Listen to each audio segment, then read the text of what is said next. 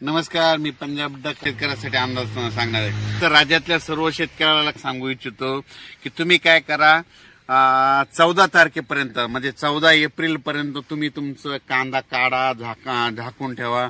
त्याच्यानंतर हळदी देखील आता उद्यापासून शिजवायला काही हरकत नाही, पण 14 तारखेला मात्र झाकून ठेवा. कारण की राज्यामध्ये आता याच्यानंतर 14, 15, 16 एप्रिल दरम्यान परत एकदा असंच वातावरण खराब होणार आहे. म्हणून हा अंदाज लक्षात येतात. ही अंदाज फक्त पूर्वकल्पना म्हणून देत आहे. मात्र उन्हाचा पारा मात्र 42 अंशापर्यंत 42-43 पर्यंत जाणार आहे. म्हणून हे अंदाज लक्षात घ्यायचा. आणि 9 आणि 10 एप्रिलला एकदा परत ढगाळ वातावरण राहणार आहे.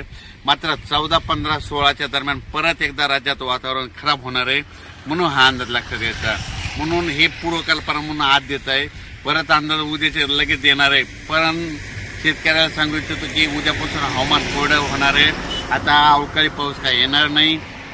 फक्त सांगायचं झालं तर म्हणजे कर्नाटक आणि आंध्र प्रदेशमध्ये सध्या म्हणजे यानंतर मध्ये 5-6-7च्या नंतर 5-6-7 एप्रिलला पाऊस पडणार आहे. त्याच्यामुळे काय होईल, आंध्र प्रदेश, तामिळनाडू, कर्नाटकच्या सीमालगतचे जे भाग आहेत समजा आपले महाराष्ट्रातले, मग त्याच्यामध्ये येईल उदगीर, लातूर, सोलापूर, त्याच्यानंतर जत, सांगली, कोल्हापूर ह्या पट्ट्यात मात्र थोडं वातावरण थोडं खराबच राहणार.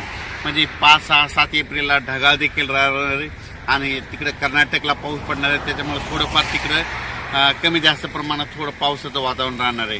पण आपल्या महाराष्ट्रामध्ये त्याच्यानंतर इकडे जर बघितला, उत्तर महाराष्ट्र, पश्चिम महाराष्ट्र, मराठवाडा, विदर्भ, पूर्व विदर्भ, पश्चिम विदर्भ इकडे मात्र उद्यापासून हवामान कोरडं होणार आहे. म्हणून हा अंदाज